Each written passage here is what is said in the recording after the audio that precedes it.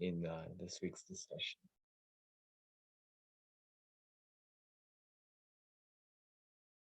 Okay, so the topic for this week is migration and immigration.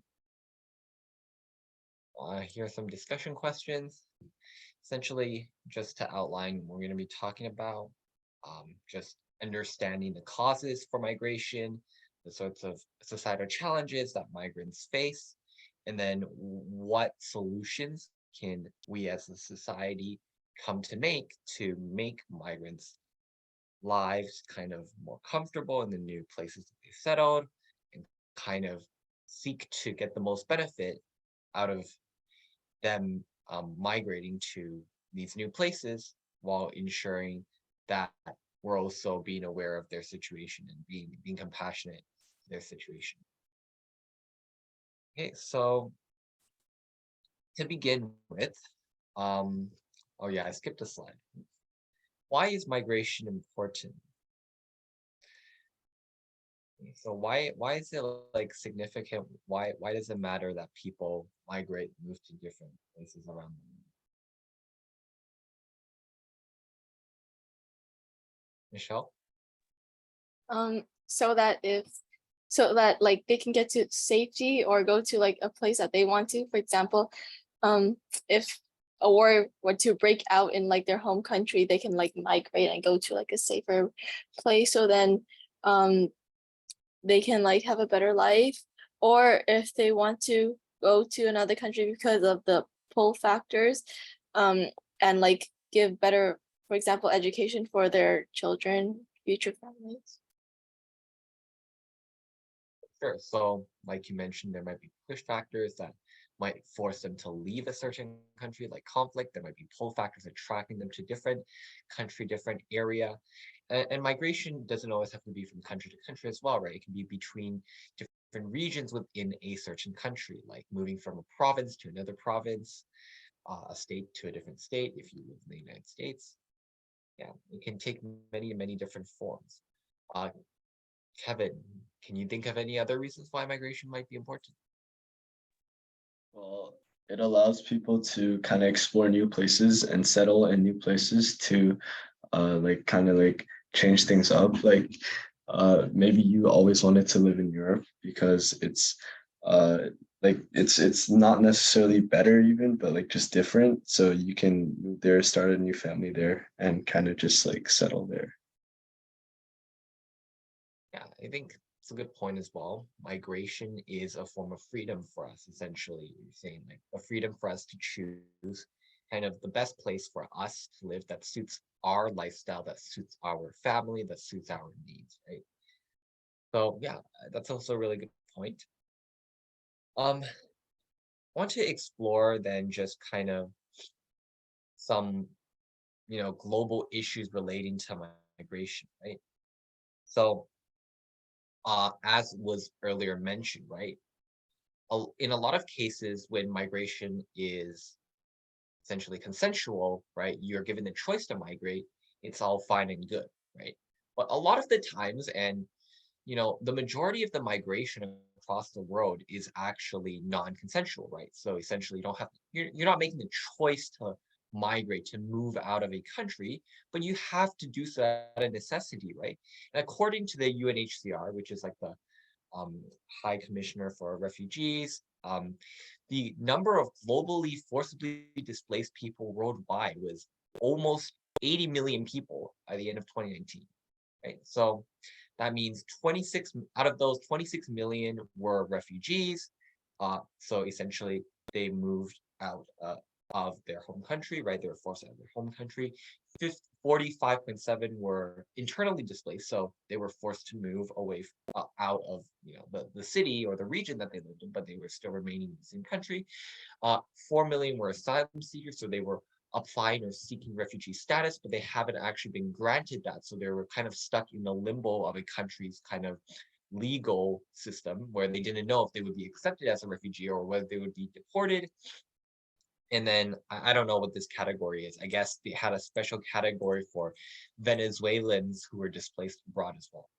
So we can see kind of this forced migration is a really, really big issue. And it's not only a big issue for, the countries that are taking them in, right? But it's a human rights issue, right? There are people's lives who are in danger and whose lives are at stake. So this is also a really, really important aspect of migration that we're going to explore in today's discussion, right? Forced migration, I guess you could call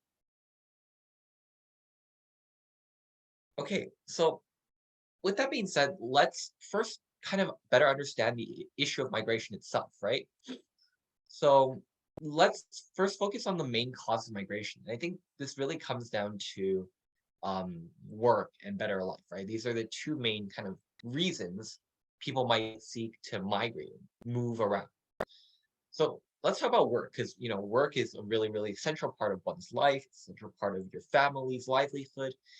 Without work, you really can't survive. So what incentives do you think migrants might have to migrate out of where they're currently living in to seek out work opportunities, right? What might motivate them to do this? Michelle? A work with like a better salary, because like money is like really important, I guess. So work with a better salary to like then help support the family, and also um work that is generally available, I guess, because sometimes in this like place it's kind of hard to look and find work. Yeah. Sure, Kevin? So some countries might be more like they might be nicer to people who are trying to start a company. So like entrepreneurs, like I know that in Dubai you don't have to pay an income tax. So a lot of entrepreneurs move there to kind of like start their business because I think all you have to do is have a business in Dubai so you don't get taxed. So yeah, that might be Yeah, for sure. So I think that's also a really good point, right? Considering like, some jobs, some opportunities might offer you more money, might be more favorable for you to start a business. And the reason for that, right, can be very underlying to the country themselves. It can be, for example, that the political kind of situation in Dubai means a lot of citizens support lower income taxes or very, very low corporate taxes. While in other countries, like in Canada, for example, we do have quite higher income tax. And so, it might not be as good for you to start a business here. But then again, Canada is arguably more developed overall than Dubai. And so, the working conditions here might be better. There might be less exploitation. You might earn a higher salary. You might have more flexible working options or opportunities. So all of these different factors will attract you to work, to maybe immigrate to Canada and find a job here, right?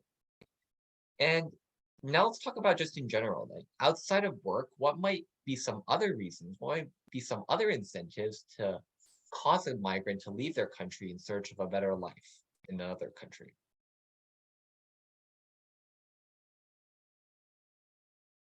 Kevin?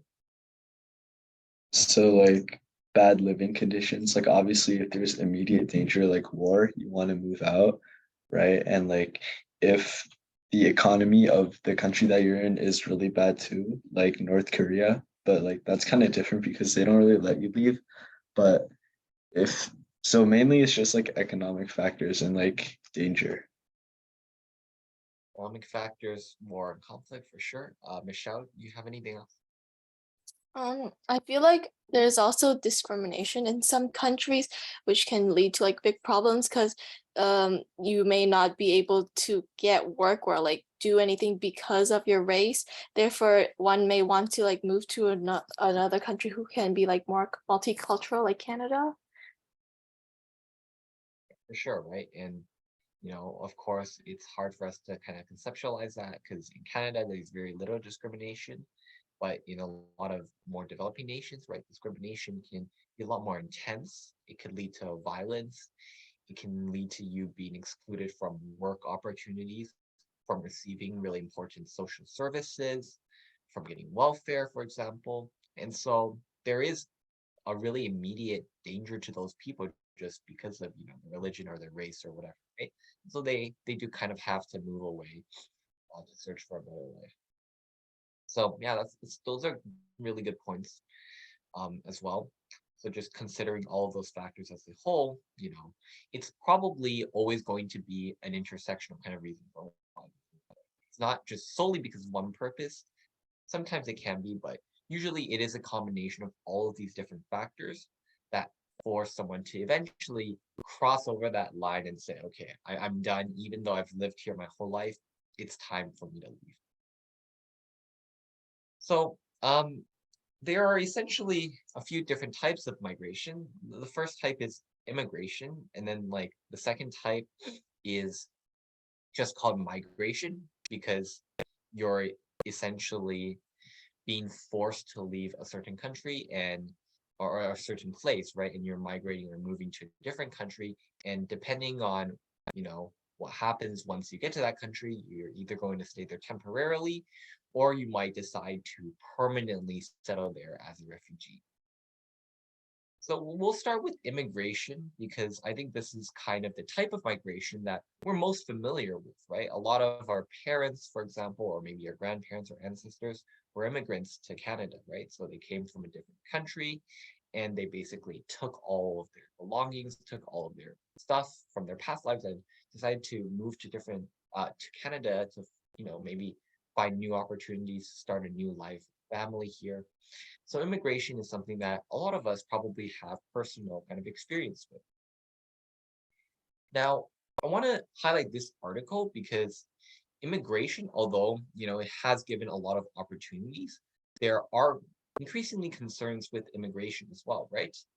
And that's not to say it's obviously a wholly bad thing, but that there are, these externalities that are created by a nation's population growing and accepting more immigrants, right? So in fact, for Canada, we've actually seen record-setting population growth spurred, so mostly caused by immigration, in just the first quarter of 2023. And so basically, and this is quite a crazy statistic when I looked at it, right? But our country's population increased by more than 1.2 million people year over year, right? So every year, 1.2 million people immigrated permanently, decided to settle in Canada. Oh, okay. Well, that's awkward. Can't see the article because locked behind a paywall. So anyways, discussion I kind of wanted to kind of lead us into based on that is, well, first of all, let's look at the positive side of things, right? With this population growth means, a lot more people are going to be bringing in really valuable things into Canada. What do you guys think then are some of the economic, cultural, and social benefits or contributions that immigrants and refugees make to their new communities?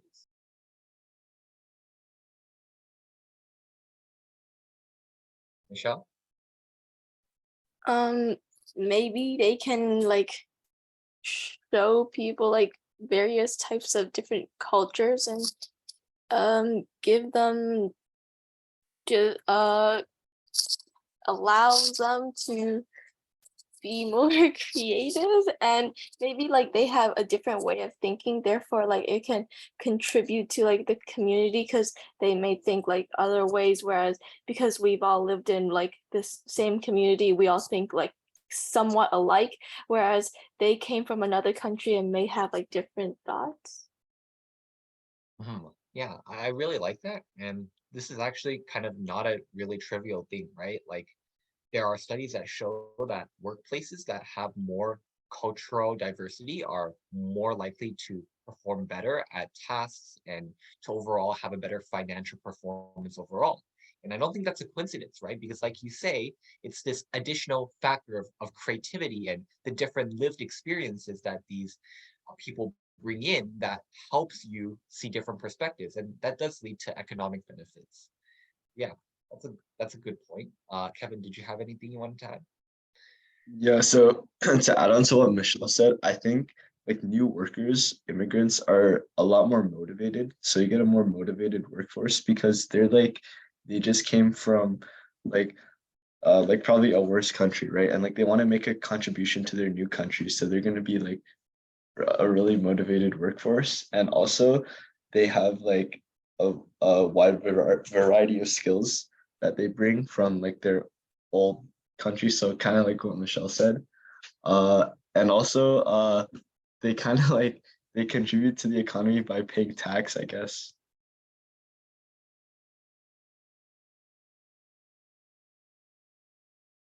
Yeah, for sure, right? And also just the fact that they are earning money, they are, taking on those unfilled job positions means, you as a company can now do more things when you have immigrants, when you hire immigrants, right?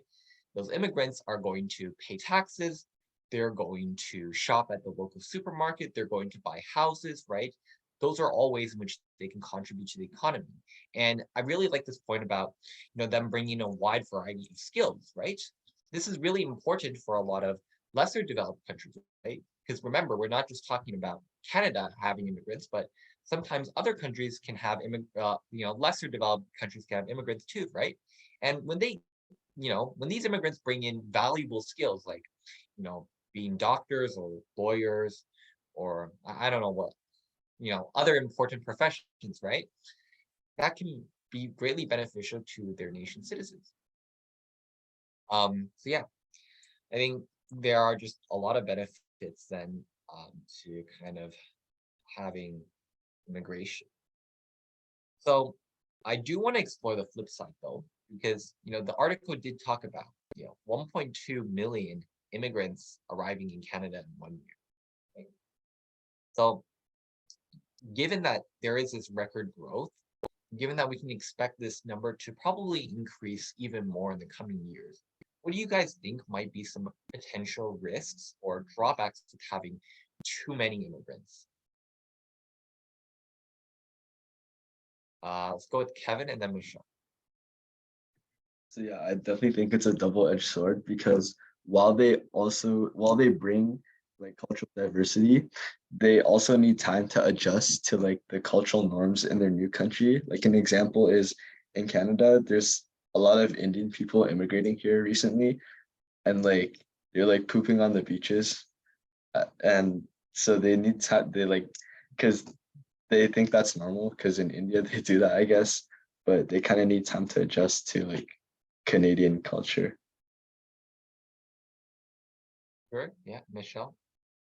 Um, I'm gonna take a more general side. So obviously there's gonna be like overcrowding because there's so many, like the population has grown by so much, which puts like more pressure on like various services, right? Because they need to be able to provide like the kind of equal amount of services to everyone, immigrants, non-immigrants, etc. And then therefore, like there's gonna be a increase in the need of resources and high stress, which may lead to I don't know, like something bad, like the Great Depression again. Yeah, for sure. I think this does kind of cause a pressure on the sort of services. It can create high demand, overly high demand for limited amount of resources. And people can say, yeah, like they're going to contribute to the economy as well. But a really big shock means, we can't necessarily adjust immediately. And so there is going to be this period of tension where, how does the government decide how to allocate fairly and properly these resources? And there's so many people that need these services, right? When we look at the housing market, right? And I think maybe we talked about this if you were here for that lesson on housing, right? The housing market right now is at kind of its worst position in many, many years because there's been so much demand and not enough supply to keep up. And with so many millions of more people coming in, right?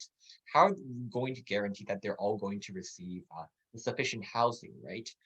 And if not, that just means the housing prices are just going to go up higher and higher, and it's going to affect not just them, but the people living here currently, right?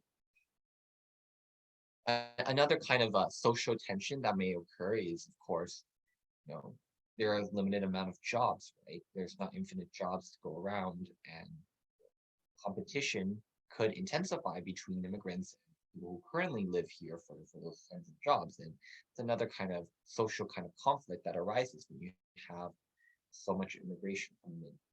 So those are all things to consider. Of course, it's not just always good. That's why, of course, like we don't have like infinite immigration in any country, because governments recognize, look, we do need to control how much immigrants we let in. Okay, let's move on. So this is another kind of quite recent and topical news event that has just happened. So Canada has actually recently passed a policy that would attract what are known as quote unquote digital nomads in STEMs like fields to basically be able to come and live in Canada under a visa while essentially still working online or through a remote kind of method. Okay, so essentially what a digital nomad is someone who works in a foreign country, but they can come and live in Canada for up to 6 months. They can do whatever they want in Canada, spend money in the communities, and they can continue to work. And if they receive a job offer while they're in Canada, they're going to be allowed to continue to stay and work in Canada.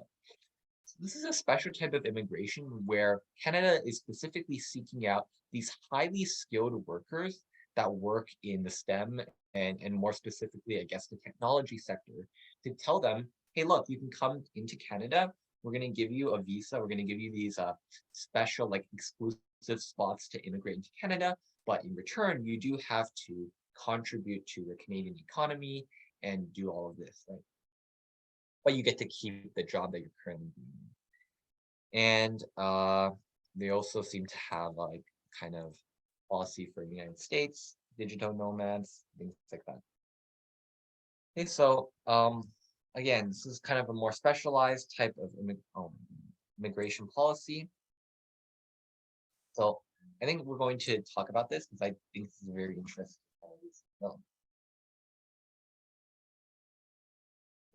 Hopefully, I explained this clearly enough that you guys understand what digital nomads are. What do you guys think, or how do you guys think these digital nomads could change the effect of immigration on society? Evan?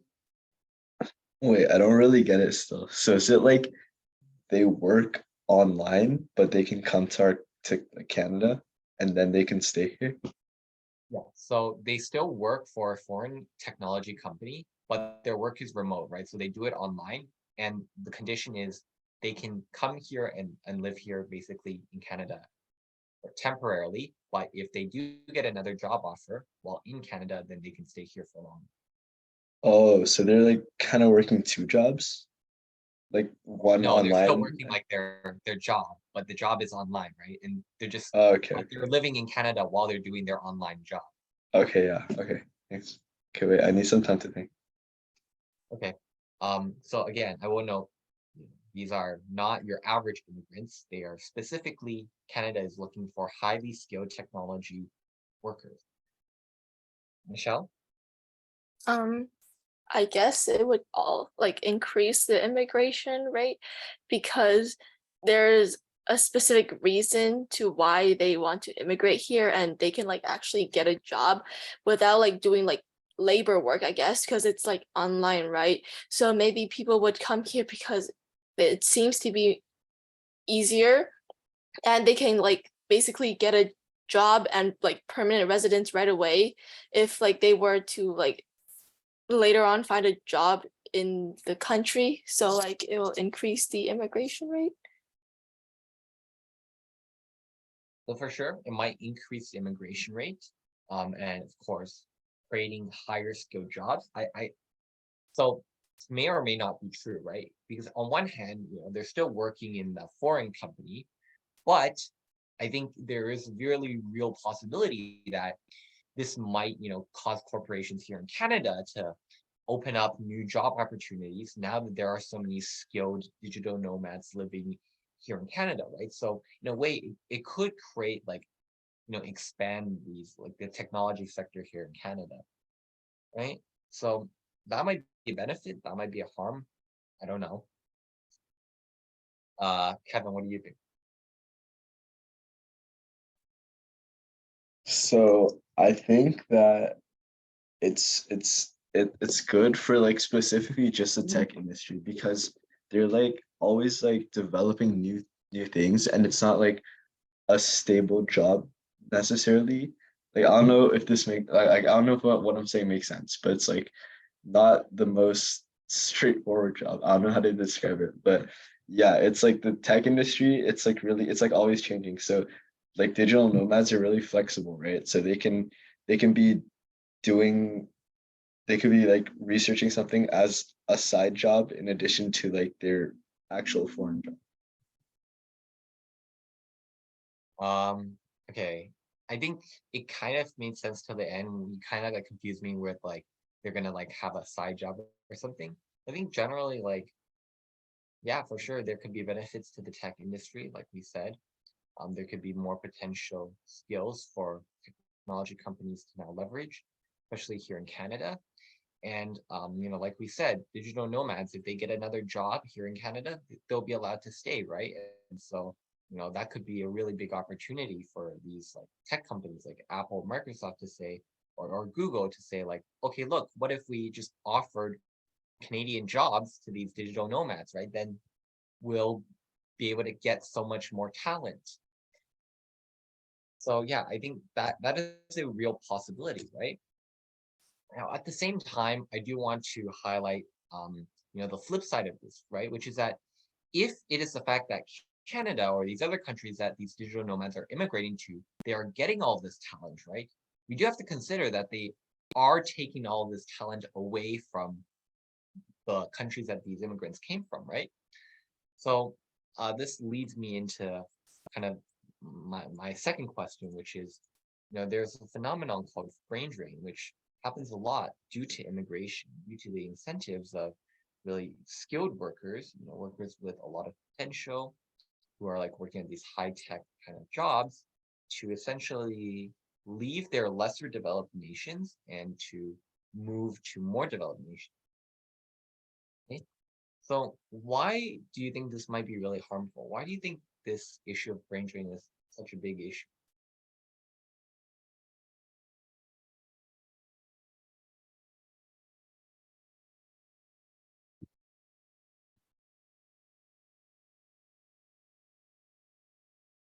So essentially, I'm just basically asking, like, what are the harms to this, Michelle? Um, maybe because like people usually leave countries that are like developing, so it isn't really highly developed yet. So then, if all these people are like leaving that country is basically left behind to like do nothing because like there really isn't um anything that any like there isn't really, I guess, lots of people who are working in a more professional like industry that are like there to help it and allow it to develop more. Maybe. Yeah, for sure, right? And so like these lesser developed nations, they can't develop as much if, well, all of their good workers, all their skilled workers with the education that they receive, right? They're moving to like the United States or Canada or Europe, right?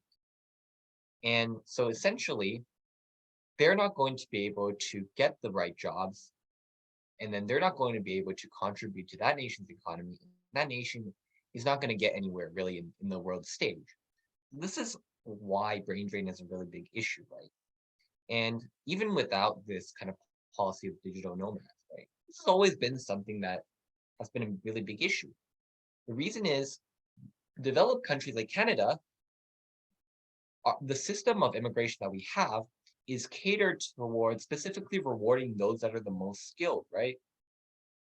So we have a point system, for example, where if you are very skilled and you can bring in unique kind of skill sets to Canada, you're more likely essentially to be able to be accepted to be an immigrant to come to Canada, right?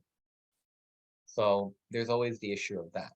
And so that's why, you know, digital nomads, again, there's a good thing to them in benefiting the country that they go towards, but there's also an equally bad flip side to the country that they're leaving.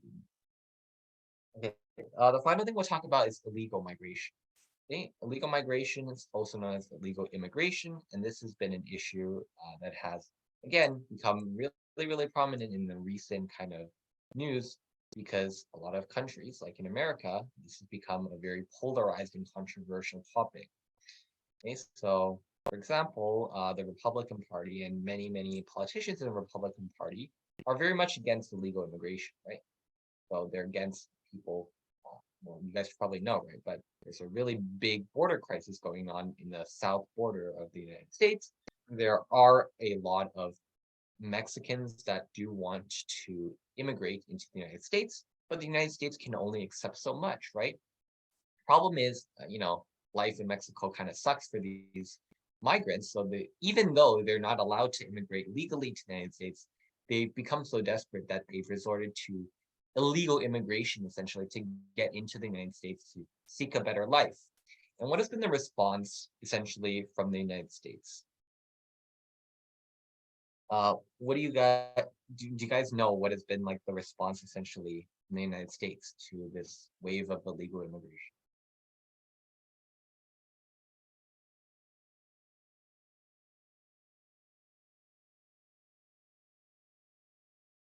No? You guys don't know? Okay. So there have been many different, strategies have been tried. So back in like the Obama era, so around like 2014, 2008 to 2018, there was the catch and release policy, which basically allowed these immigrants or these illegal immigrants who went up the border, right, to basically stay in the United States until they got a hearing for their asylum request. And once that was done, they would either have their refugee kind of status approved, or they would be deported back into Mexico. But with the rise of more right-wing populist politicians in the United States, politicians like Trump, right, they have advocated for harsher, more stricter measures to keep illegal immigration at bay, with the construction of a massive border wall, with greater, stricter border control policies to basically immediately detain and deport these immigrants back to their home country, essentially. Okay? So this has been a very divisive and very controversial. You can understand why, right? Because illegal immigrants, you know, obviously countries don't want them necessarily, but it's also really difficult to figure out how do we deal with them in a way that's fair and compassionate to them. So let's talk about this now that you guys kind of understand the context. So the first is we'll just talk about how do you guys think the media portrays immigrants and refugees, and what impact do you think this portrayal has on public opinion and policy making? Kevin? So sometimes the media portrays immigrants in a really stereotypical way. So like I'm not gonna get into details, but like very stereotypical based on the country that they're coming from. And this is obviously bad because like the public watches this, they see this media, and then they also get influenced in the same way. And like some people, they already have like this stereotypical feeling, so it kind of just like emphasizes their feelings and it makes it worse.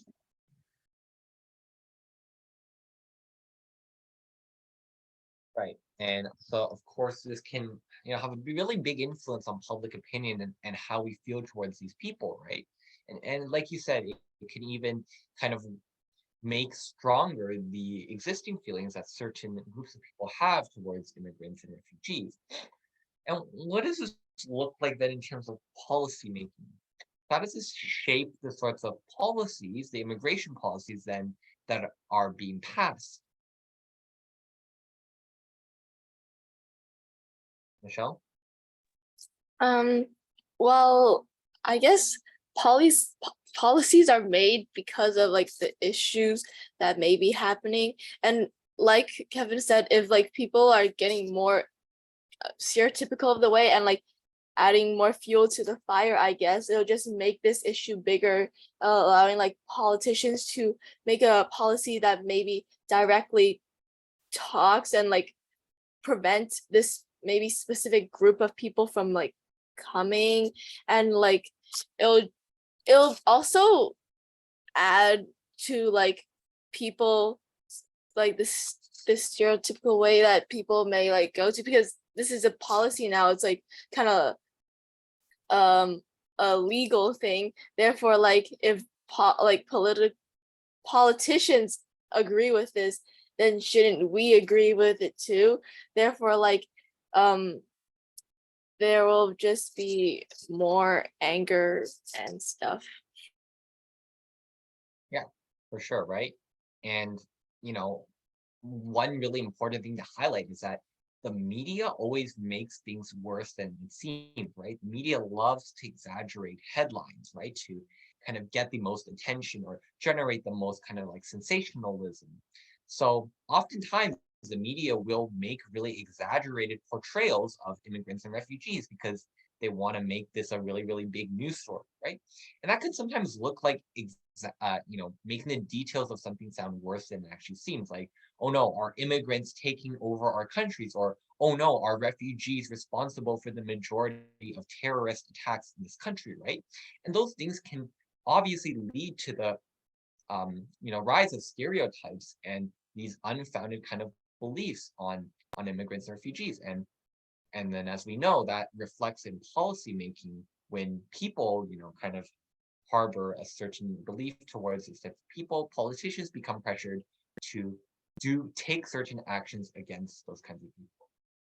Yeah, that's kind of the response, I guess. You guys kind of, to summarize what you guys said, essentially.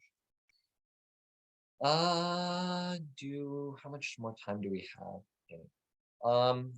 I think we're going to quickly move on. Just skip that second question because I do want to kind of talk about this very interesting question, which is, does migration always benefit the immigrant, right? And one interesting case study that, again, we talked about like a long time ago, so maybe you guys still remember this, but we talked about Qatar, right? And its hiring of migrant workers during the build up to the World Cup to essentially construct stadiums and hotels and things like that, right? And if you will recall, right, it was really, really bad for the migrant workers. So even though those migrant workers, they had the choice to come to Qatar, right, from their home countries, they still were not really that benefited, right? They thought they were, finding new job opportunities and being able to provide for their families, but essentially, there were just so many human rights abuses that were taking place here. There were widespread abuses, wage theft. So a lot of the workers weren't even actually paid for the work that they explained. And then, of course, the terrible, inhumane working conditions led to the deaths of hundreds of migrant workers, right? So it honestly just kind of shows us that it's really interesting. Migration doesn't always lead to good outcomes, even when you choose to migrate and move to these new places seeking newer opportunities. So I just want to kind of discuss this a bit, right? So first, let's talk about this. When does migration lead to bad outcomes?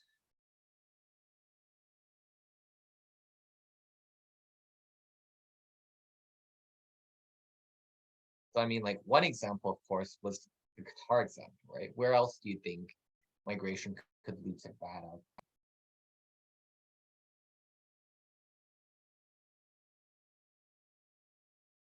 Evan?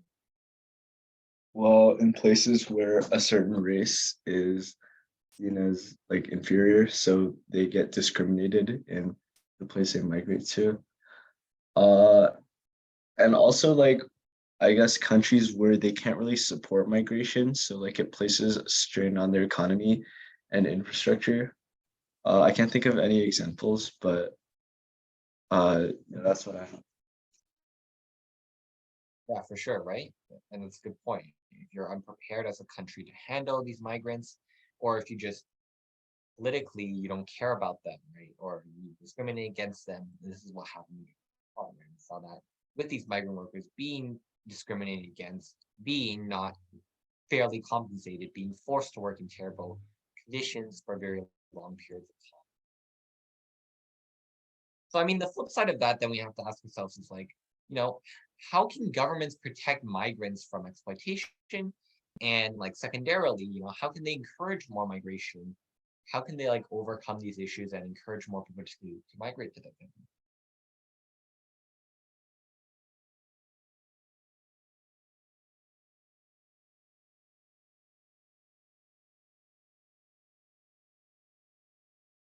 Any thoughts, Michelle? Wait, are we on the second question? Yeah, well, it's like a combination of the second and third one. Okay, well, to encourage more migration, I guess just have like a good track record for treating migrants. So, like treat them well and be kind of like welcoming and open. Have good policies on migration. So like they get like housing or something. I don't know, but yeah, just be welcoming, I guess. Yeah, I think that's a good point. What about the second point about like protecting migrants from exploitation, Michelle? Um, I'm not sure if it's really exploitation, but I feel like since we like talked about the media, um, I feel like it's also important to not look at the media because that will like, I guess, affect like the decisions and choices of people. So therefore, like if it were to like up to the governments, right, they should like put the media aside and like try to focus on the immigration. Maybe provide like work or like places specifically for like these immigrations because they may be having like a tough time. So then this may be like a pull factor to some migrants who want to like move into a country. So maybe just create more like pull factors to grab like the migrants' attention so then they would want to like move into the country. Yeah, for sure. So in general, more pull factors would be great, right? Developing your economy, offering more job opportunities, offering perhaps incentives. And this kind of does bring us to the next thing that I was going to talk about a bit, but I don't know if like we'll have enough time. So I'll just briefly summarize. But in terms of incentives to get migrants to come to your country, right? So Oklahoma, an American state, they have essentially started a pilot program that pays people to move to their state. And so essentially, you just get a lump sum of money for moving to the city in Oklahoma, and you're free to do whatever you want to do there. But the condition is you do have to live there for a certain amount of years. I'm not sure how much it is. Maybe it's like 2 years or something, right? And think about that, right? Like there can be monetary, financial incentives to also attract people. Literally, you are essentially bribing them or paying them to say, okay, come on down to our state or our country and live there for a few years. Okay.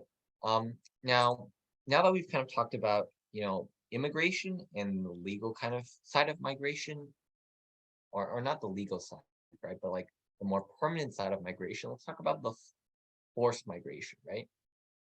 So we kind of already touched on this. We talked about how war, conflict, persecution, discrimination, that can force people to essentially leave their country, right? But what we haven't really talked about is, these people integrating and seeking out creating new lives for themselves in these new foreign environments that they've essentially been forced to now live in. So let's take a look at a case study. And this one is pretty simple. It's just about Ukrainian refugees that now attend Canadian schools and how they've been able to kind of adapt to it, right? Um, and so, yeah, I mean, that's basically the gist of it. Okay? So the more important thing is I want to talk about discussion. Right? I want to discuss this. So the first thing we'll discuss, and I think this is a really interesting philosophical question, is Canada has accepted a lot of Ukrainian refugees. Other EU countries have as well, so have the United States. do other states actually have a responsibility to accept these refugees and protect them kind of from the conflict that they're currently involved in? Do we think that states do have a responsibility? No, or what do what do we think?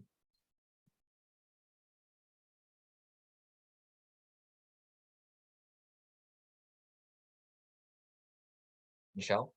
Wait, do you mean like states from another state or like States as in nations or other governments. to protect refugees in general?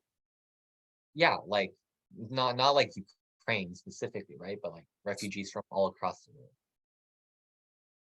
world. I mean, if Canada were to take in refugees, then why shouldn't other countries also? Because like refugees don't only want to go to one specific country, I guess. I'm not sure.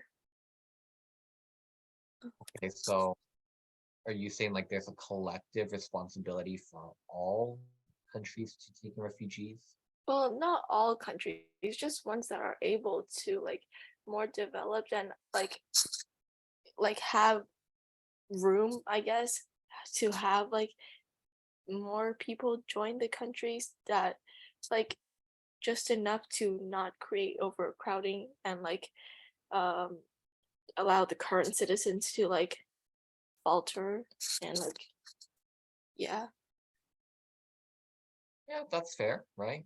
Um, I think maybe you can argue that there's a moral duty for governments to do this, right? To protect innocent citizens that are being harmed by their nation's conflict, right? In the case of Ukraine, like their citizens are having their homes bombed, they're having, entire communities being destroyed because of Russian invasion. And so, these other governments, you can say, look, they have a moral obligation to protect these citizens, right? That are, their lives are literally in danger right now. Well, we have to, accept them and protect them at least for the time being, right?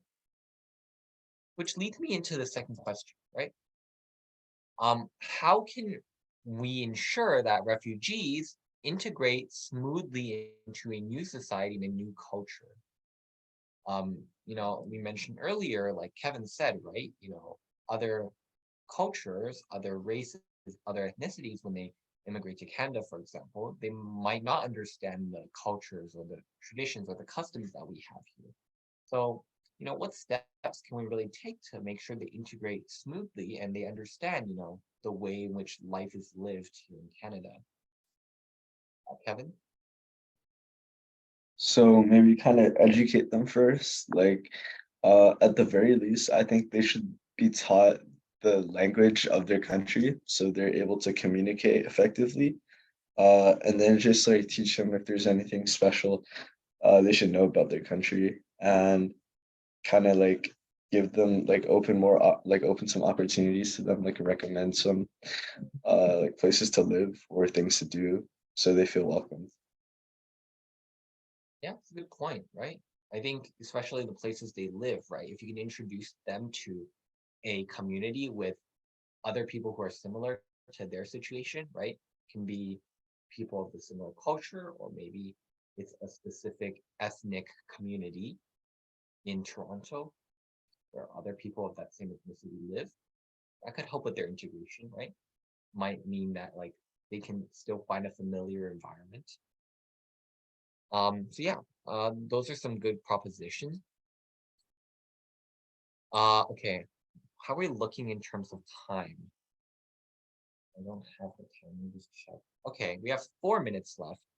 So we're going to wrap up with just a final discussion of climate migration. Okay.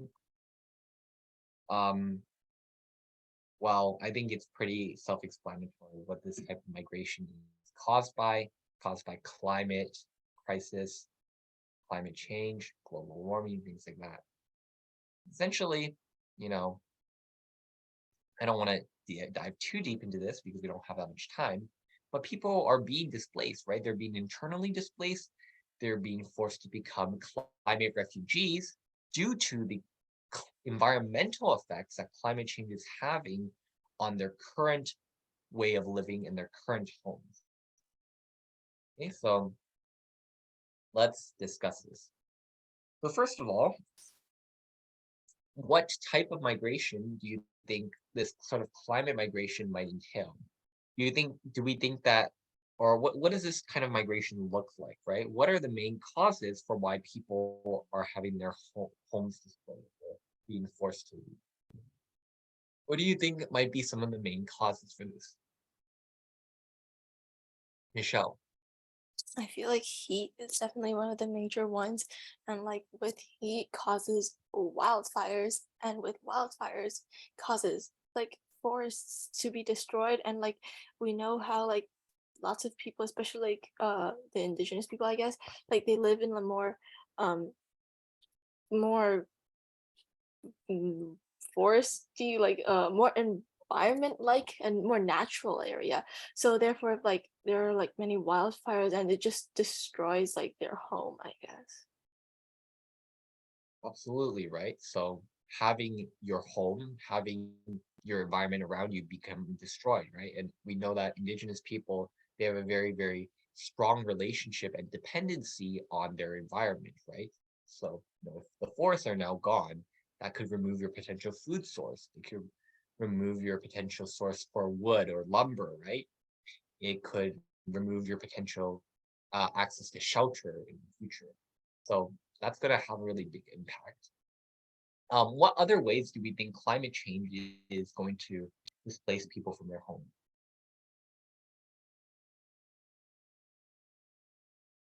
Kevin, do you have any ideas? Like rising sea levels, because people like some cities, they're like if the sea level rises by like 10 meters or something, the entire city is going to be underwater. So, and like rising sea levels is probably going to happen, so they're probably going to have to move. uh yeah. Really, right? If you live in a coastal city like in India, on the west coast of the United States or Canada, for example, or in Latin America near the coast there, right? Those are all places that are estimated to be completely underwater in like 100 or so years, right? If, climate change continues at the current pace it's at. Um, but other than that, right, extreme weather events as well, because we know with climate change, that's causing more and more of these extreme weather events to occur. And that could be really, really dangerous for someone living in an area that is the hardest hit. If you live in an area that goes through a lot extended periods of drought, right? You wouldn't be able to find any food. You wouldn't be able to farm because all of the land is dried up. If you live in an area that's more tropical and there are monsoons or there are hurricanes ripping through your community and your homes, that could leave you displaced as well, right? So, the environment is just screwing up our lives. And honestly, it is mostly humans' fault, right, for that. So, obviously, this is going to create a lot more climate refugees, a lot more people who are now going to be seeking asylum in other countries. So, then what do we think are ways, and I'll leave this as kind of the final kind of question, is what are some ways in which we can address this crisis? What can other countries do to kind of as solutions for this really big issue? Michelle? Um, First, I feel like we to handle the first situation, we need to like have areas where we can allow these immigrants to come. But second to that, we need to like see what the root of the like problem is and what the root of why like they're getting affected because of the climate and try to solve that. Because like for years we've been trying to solve global warming, but it got us somewhere, but not that much like far ahead. So therefore, we should like put more resources, I mean, research into it, and after, um, find maybe a possible solution so that like their areas may not be as affected. Therefore, like the people who are going to like have like climate migration, like the number will decrease.